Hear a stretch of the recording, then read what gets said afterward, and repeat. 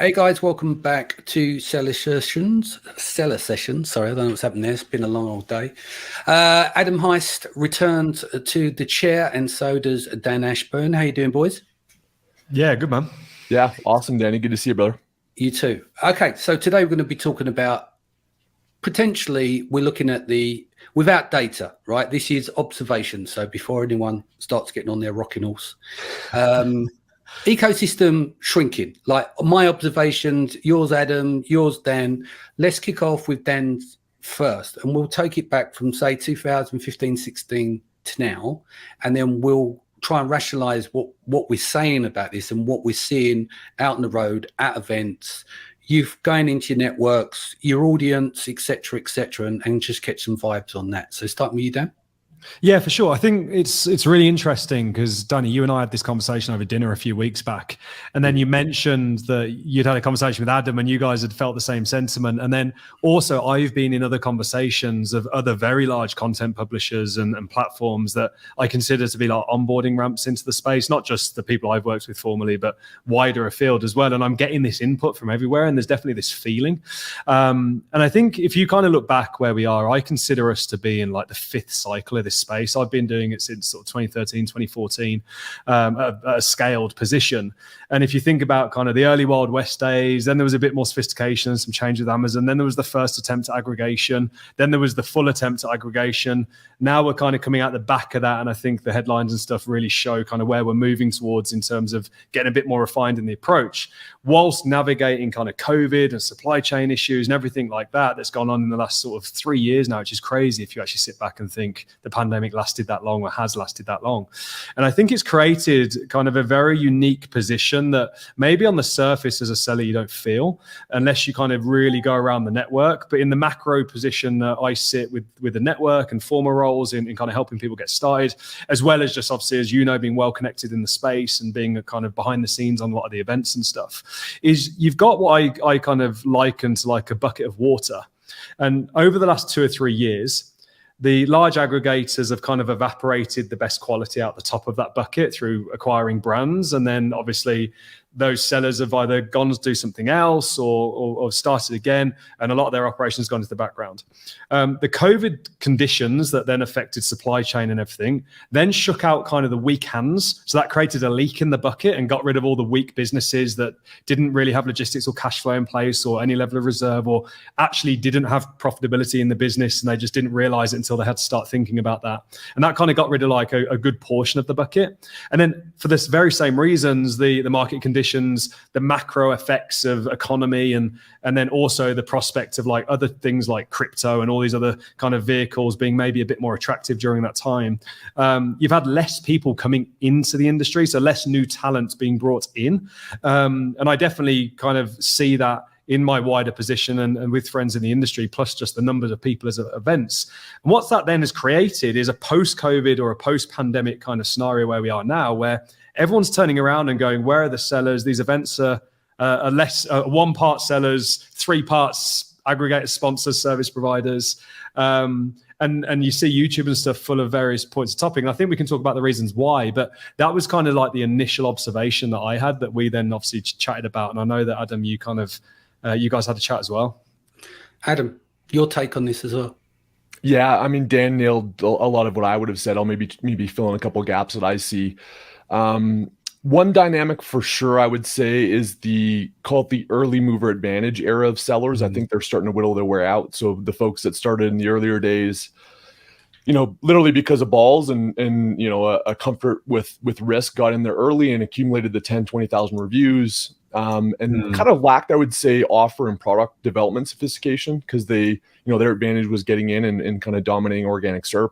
I think a lot of those guys have sold out to that first or second wave of the aggregator space that Dan alluded to. So I think your OG sellers have cashed out and they're on other things.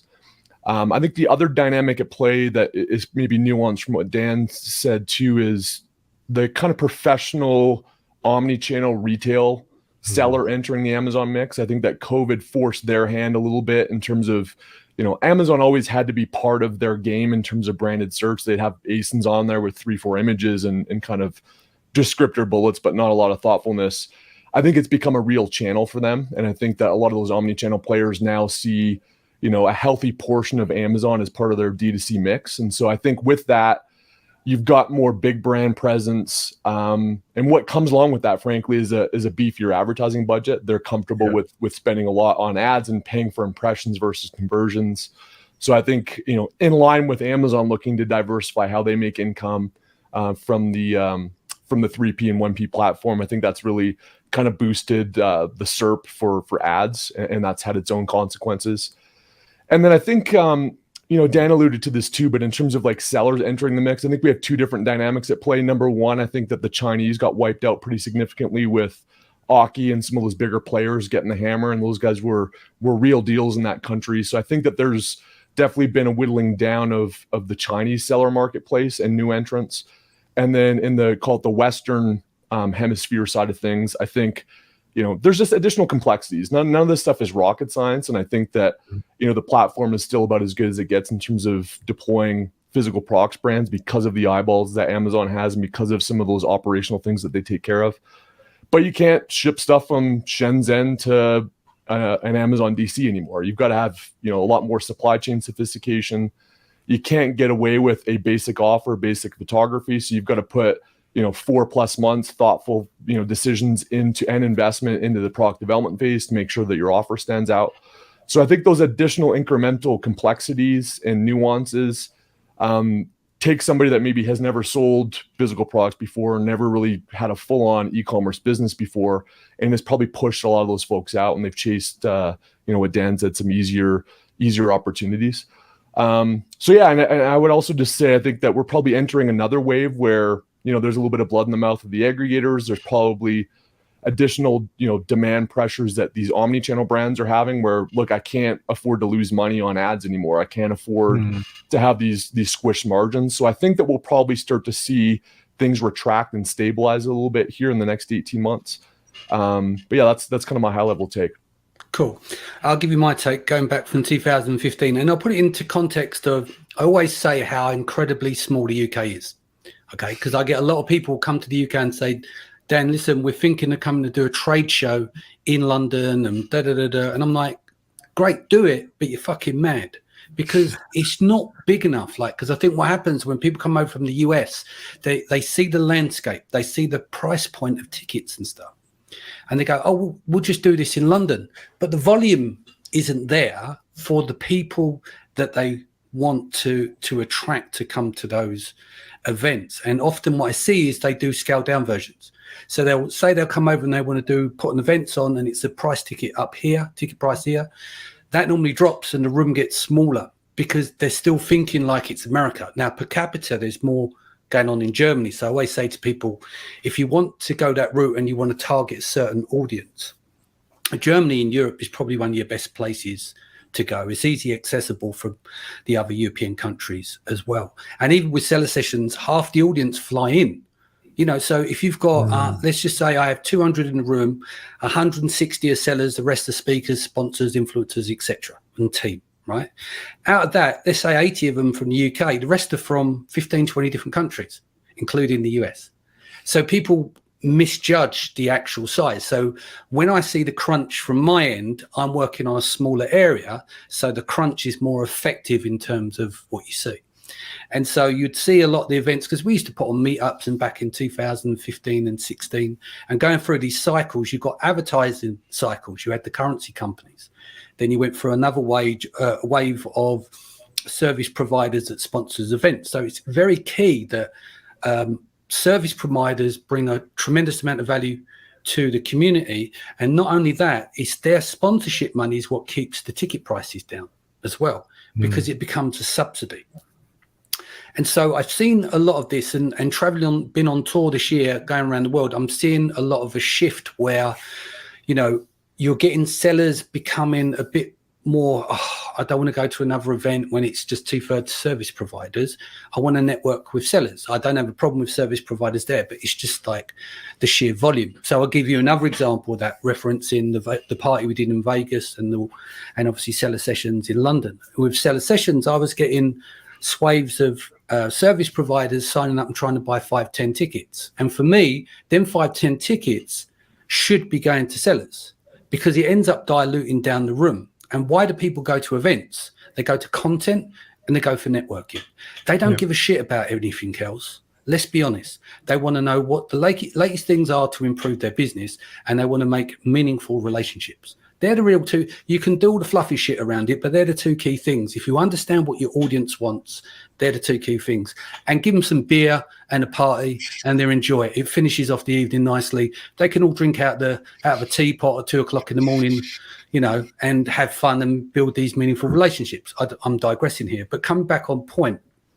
So what I noticed when I was over in Vegas, even with our party there, it was a tough ask, because we wanted to make sure there were 7, 8 figure sellers in the room. And out of the 200 people, we end up having 281. It cost nearly 100 grand to put on. But out of that, we were still getting 5s and 10s of all, you know, not just aggregators, the agencies and stuff. And I was at to sit down, and it's like putting my Switzerland hat on and negotiating with them, going, look, guys, listen, 1 or 2, cool. But we can't have the whole team. You can't turn it into a party and you're all wearing your T-shirts and it's like running around like a mob, you know, because otherwise it just winds all the sellers up. So it's incredibly difficult to get the balance right, keep people happy and taken care of, because they are also future sponsors for events that subsidize the tickets. Or otherwise you end up doing is you cut that and you whack your ticket prices up. There's a few points you raised there which really I feel strongly about. I mean, you know me, I mean, similar to you, I've been running events in this space for years, but I've always kept it focused towards kind of the sellers. We've done very little of the sponsorship stuff. And it's interesting because the service providers, we did a member event in Cancun earlier this year. We had over 500 sellers kind of there in the room that are all part of Titan. And we only had, I think it was 4 service providers that were kind of official Titan partners that were sponsors. And they actually came up to me and went, wow, this is really refreshing. We've never been to an event before that's for them got this many kind of qualified sellers in there. And we do a job of kind of, rather than it just being trying to be like a logo on a pop-up banner, or do you know what I mean, like sort of slapping a label on it to sell the sponsorship. It was more about, well, which service provider, one is officially partnered with Titan, but 2 is actually going to deliver value to the room. And we create a much more integrated, merged environment to kind of help sellers in that environment alongside the content that we were teaching and the workshop environment we were delivering. And I think in addition to that, it's the word balance, as you say, because yes, you're right. Like, these events are incredibly expensive to put on. I mean, you know, the millions of dollars that are kind of spent on some of these larger events in securing hotel contracts and conference rooms, or the AV and everything that goes into it. And at that point, it's a huge risk for the organizer. And I've been in this position many a time, because you put in that capital down, you sign in that contract that says, yes, I'm committing to a 7-figure overhead here to you. And then you're relying on your kind of marketing authority in the market to bring members to bring sellers together. And I can only see how that's kind of 10x at a kind of industry conference. We're fairly lucky because obviously we use our members with that, and we bring our members together. But it is balanced, because there is a relationship there between the two, as you say. Yeah, no, it's important. I mean, the other part I was going to get to with that as well, and it comes back to the point, we need service providers in the space. 1, to serve the Amazon audience, right? Because Totally they bring value. Yeah. But 2, their sponsorship money is key, because, as I said, is like, if you understand, I know my market here in the UK, I've studied it for a long time. And if I'm still getting 7 and 8 figure sellers trying to tap me for a discount code, they're old £350 tickets that, you know, would be 2,000 in the US with the lineups and stuff we put on, you know that people are still sensitive towards costs. So that the demand is high. I need a good room. I need to build great relationships. The content's got to be good. So you must have a balance. And I think one of the things we've got to be careful of, and this is each year promotions will get harder, because these sponsors need a return on investment. They've got to have some value back. They can't just throw money at you, right? And I think also, coming back to the point with the drop off of, say, as many sellers, whilst I'm seeing a lot of exits like you have, all the top of search have been swallowed up by the aggregators. You've also got the point where these guys there's a chunk of them that are coming back and going again, but they might spend a year getting samples. Because they're in the comfort zone of how much they've got sitting there in the bank. So they'll do a few investments, buy some properties, take a holiday, relax a little bit. And when they come back, it's almost like they've got that nervy aspect, is like a fear of maybe failure, or I haven't got so much pressure on me now, so I can go back and forth with a supplier for a year. before I even think about launching a product. So you leave a gap. So there's that gap, like you said, the talent gap. So I think, go on. Yeah, and I was saying to that point, just sorry to interject there, just on that point, a lot of that fear as well comes from, and I know this because I know loads of people that have been through that exact cycle you just talked about, is the second time around they do this, they realize it's not as easy as it was 5 years ago. There's more competition in every category. All the placements are taking up, and largely to relaunch that second brand, they're going to go and have to spend some of that capital they just earned selling the first one. So I think to your point, that's kind of an interesting point. And the interesting thing on that as well, I done a show with Ellis, Evelyn Demirov, more of the techie side of things. And we're talking about the luck of the Amazon seller. Like, you've got to work incredibly hard, you've got to get the timing right, but there's an element of luck involved, because it isn't uncommon for a seller to kill it in one category, go, we're going to do this again, and then move category, and just can't get that same traction that they did before. Do you see what I mean? Because it's not very much in a way that is a guarantee each and every time. And obviously some of the guys have also come back as service providers. So we end up getting sellers converting service providers, which is nothing wrong with that. And they don't then go back on to selling on Amazon. Therefore, there's more service providers in the space.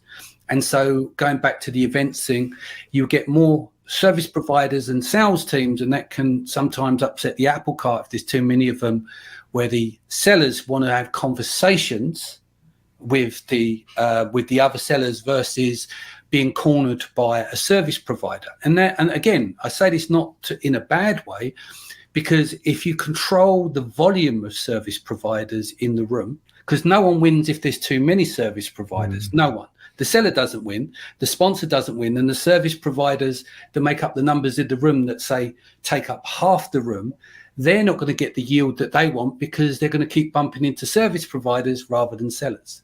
So it's something you have to constantly manage. And I've been thinking about that for a long time. Me and you, Dan, have talked about it. Adam, what's your take on this as well? Yeah, I think one other thing, I mean, there's definitely I would call it a demographic shift in the public scene, so to speak. But I think it's really important for everybody to recognize, and I got to check myself on this too, when you have a YouTube channel or podcast, or you attend events, host events, etc. It's an echo chamber. I can't tell you how many times I meet absolutely badass sellers that have never been to an event. So I think that we kind of think that our world is bigger than it is, but it really is an echo chamber of call it a couple thousand people. Now, I think that the demographics within that echo chamber have changed, right? If you look at the earlier eras, it was all sellers, because that's the people that understood the game, and they were early, and a lot of people hadn't recognized the value and how things shook out. And then you've got the picks and shovels, right? The gold rush starts, then you get the picks and shovels. I think they've started to certainly integrate. And then you've got a lot of people too, where you were maybe director of e-commerce of a $300 million omni-channel business, and you did Amazon as part of it. You had your Google ads, you had your Facebook ads, all of it was in one house. I think all of those have started to break out, and we've got now Amazon specialist roles. Those people are getting tickets to fly out to Vegas, whatever. You've got a lot of agency ecosystems that have cropped up to service those larger brands and businesses, and then obviously software providers. But I think if you really deduced it, the echo chamber is an echo chamber, and I think that you got to it can put blinders on, and the real world may not exist exactly like that. I think the other dynamic at play that I've noticed, because I kind of took a step away from events this year, I just kind of had that fatigue of hearing the same stuff and seeing the same things, and wanted to make sure that I didn't get my own thought process diluted too much. Coming out of COVID, man, we were all we were raring to go. I remember that Prosper event. I'm this is when you thought the vaccine still worked. You know what I mean? And it's just I'm vaxxed. I'm bulletproof. I'm going to Vegas. And it was fun as hell. And a lot of these people over the course of 2 years, you had never met in person before. So, I did the 3-4 events right out the bat, kind of coming out of the back end of COVID, and kind of almost got it out of my system. And then I think the success and the energy and the networking and connections that came out of those early wave events, I think it was last summer, bred this everyone wants to have an event now. And then I think you have this fatigue, right? So I've been to a number of events. It's kind of the same speakers. It's kind of the same software and service providers. It's the same aggregator masthead sponsor. And while it's really nice to see people and catch up, if you're running a business, it's, a day of flight in, a day of flight out. So you've burned 2 days.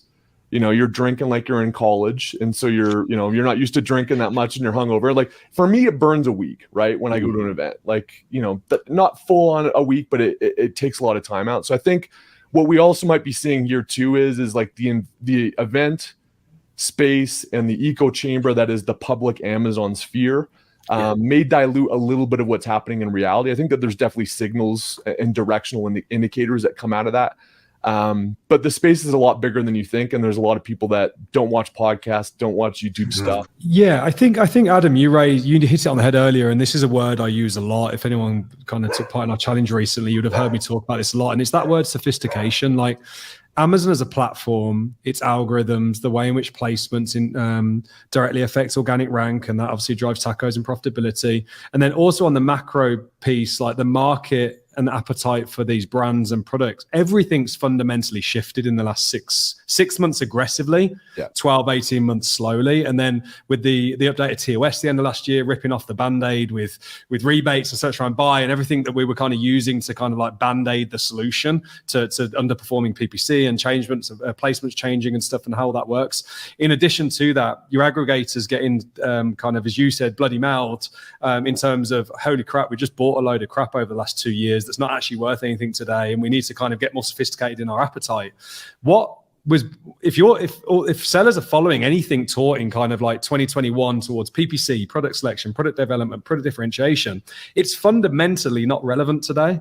Because if you go and build one of those brands, that the traditional kind of private label kind of approach of find demand, pick a product, tweak it slightly on some reviews and slap a logo on it, great if you want to build a lifestyle business, but no one's going to be there to buy it in 2 years' time, so no one's interested in that type of brand anymore. And then fundamental, like the bloated PPC approaches of let's stack everything on top of each other, throw the kitchen sink at a product, figure out what works after 10 clicks, and then optimize. Again, you've got to be more sophisticated than that in your supply chain. Gone are the days where you're just approaching a supplier on Alibaba, ordering a quick sample, and then trying to do a direct shipment. You're going to get slaughtered.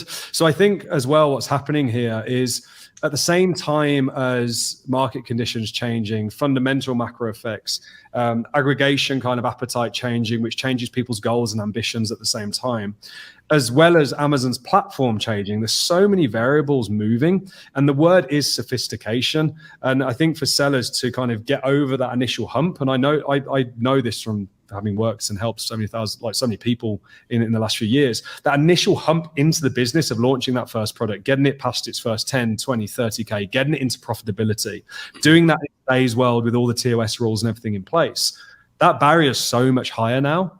But then those that do kind of get over that hump and into the business with proper differentiation, proper IP, something defensible, they've used an efficient launch strategy that delivers profit, then it's kind of like less is more, and there's a higher quality, I think, coming through there. And I think I don't want to sit here and, for anyone that's maybe sat there listening, thinking, I want to start Amazon Order in that first research cycle, as you said, Danny, we're not sitting here saying that this is no longer a good opportunity. Absolutely, Amazon is still one of the best. It's just grown up. Yeah, it's grown up. It's just grown up. You can't just put in a couple of grand out your savings. Yeah, exactly. But anyone telling you it's saturated or it's too competitive, which just weren't good enough. They just don't know what they're doing.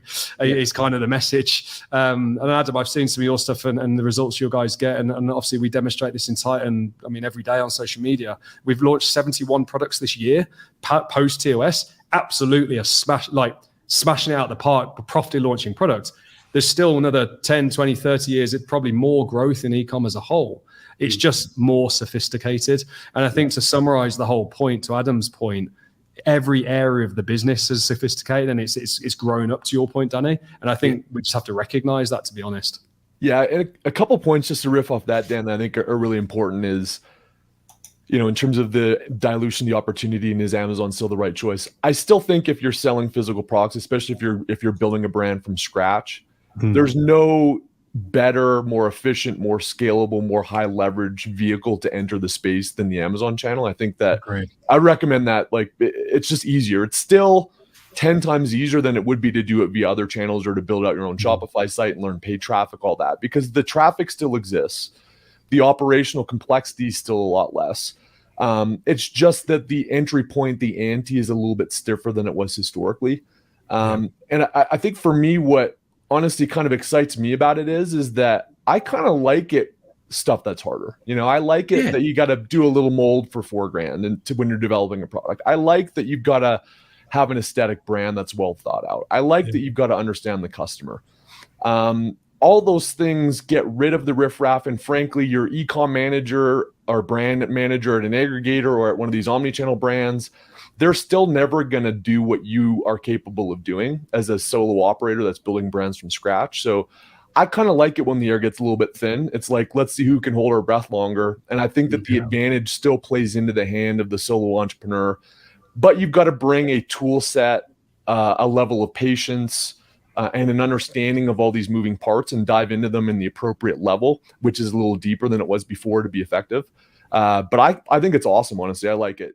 I think I'd just say wherever this is going out and people listening, like to Adam's point, then it's the cliche saying, isn't it, of your network is your net worth. And it really is those conversations, not only at a tactics level, a strategic level in terms of direction of the business and then the tactics you execute within that, but also your own limiting beliefs as well. Like the stuff I'm pursuing at the moment in brand development, 3-4 years ago, I'd have never thought was possible or I had the capability to do.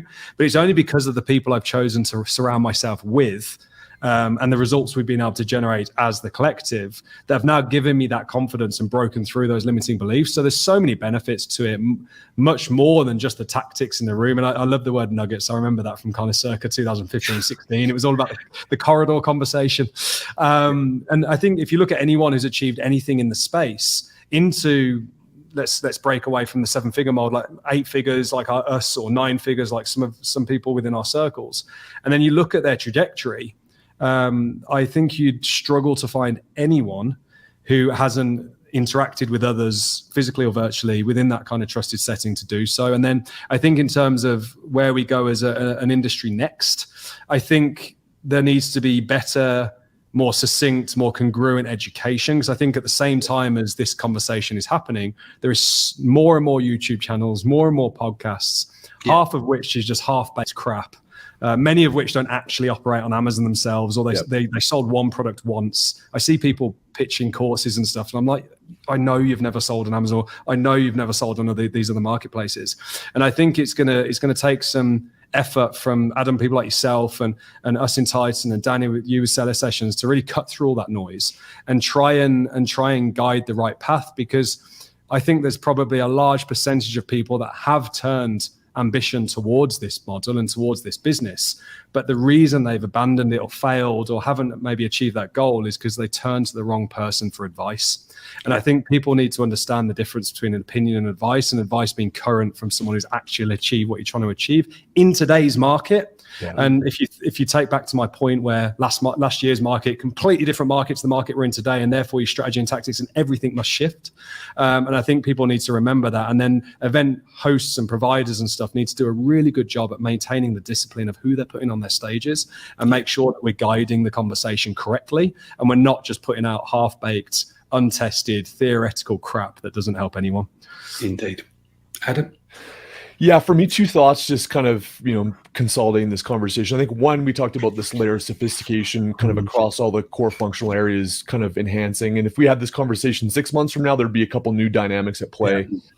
I think one thing that you should definitely be aware of is don't let the fear of that sophistication lock you up. I think a lot of people feel like they've got to be a supply chain expert. They've got to understand product design. They've got to be a PPC expert, whatever. The one thing that's remained true across every era of Amazon that I've seen and that I've participated in is that 70% is often good enough. You don't need to get to the last decimal point of knowledge for a particular area. You've got to have the core foundational knowledge, 70%, but 70% in the Amazon game across these functions is more than enough to find success. And then you scale, you get teams, and the leverage points take place. And that's when it gets really exciting. So don't let that fear of sophistication or fear of knowledge gaps kind of lock you up, because I think that's when a lot of people give up, is they just feel like it's too complex. But really, if they put a couple Saturdays in, they could understand one area of the business to 70%. So I would say that. The other thing I would say too, and Dan touched on this, and I think it's really, really, really, really important, is that, if you've got somebody that's doing 20 million a year and they've got a course or they've got a YouTube channel, or you meet them at an event and you're asking them for advice, they probably couldn't restart the same way now as when they did 4 or 5 years ago. So comparing your chapter 1 to their chapter 10 is a fool's errand. And I think that there's something to be said about finding your peer group. And it's people that are in the battle at around the same level as you, and or maybe one above. You'll get as much value from those conversations in that network as you would from somebody who's doing $100 million a year on Amazon, because that person hasn't run a pay-per-click campaign in 2 years. That person doesn't know what their customers are saying, whereas your peer group that's kind of within that similar chapter to you can bring you as much value, if not more, frankly, with context than somebody that's higher above. So look for different layers of folks that can help you out. And I found a lot of success there finding my peer group at different levels of the game. And I'd say about the other thing with advice, it doesn't matter where it comes from. Obviously, there's going to be stronger settings of advice, but you should always filter it. You shouldn't just take everything as gospel and just go and do it because such and such said in a Facebook group, or this speaker said that, or that, service provider or business. It doesn't matter. Like, whenever you take advice from anyone, don't matter if they're doing 500 million a year. Of course, you're going to listen a bit more intently, but you take what you feel is right from that advice. You should always filter for what you believe is the right information rather than going blind into it. It's so funny you say that. Like, I've got a couple good buddies in the space. We meet pretty regularly, and a lot of them are pretty heavy hitters. And we all have this, like, I don't know if imposter syndrome is the right word, but like everyone's trying to figure it out. Yeah. I'm still trying to figure it out. Dan's trying to figure it out. Danny, the aggregators, like, no one has it all figured out, but we've accumulated experience and strategies that, tip the probability scale in our favor. But don't think that everyone's got it figured out. So use that lens and kind of take the context for what it is from whatever information source or person that you get your Amazon nuggets from. And I think even to that point, if any one of us or collective of us did ever figure all of it out, by the time you figured it out, it all changes anyway. Yeah, exactly. That's what I love about the space. Like, I just love the challenge it presents. It gets the inner geek in me, and that's I keep pushing towards that kind of infinite goal of never figuring it out. So it's cool. Excellent. All right, guys. Best way people can reach you, Dan? Yeah, Titan Network. I think people will be fairly familiar. Go to titannetwork.com. Check it out. Excellent. Adam? Yeah, easiest entry point for me is just type Adam Heist into YouTube. Posts videos every Monday and kind of my take on the game and strategies that have worked. So that's the best place to start. For sure. Cool. All right, guys. Take care. I'll look forward to seeing you next week. Sharon will be back here tomorrow. Take care of yourself and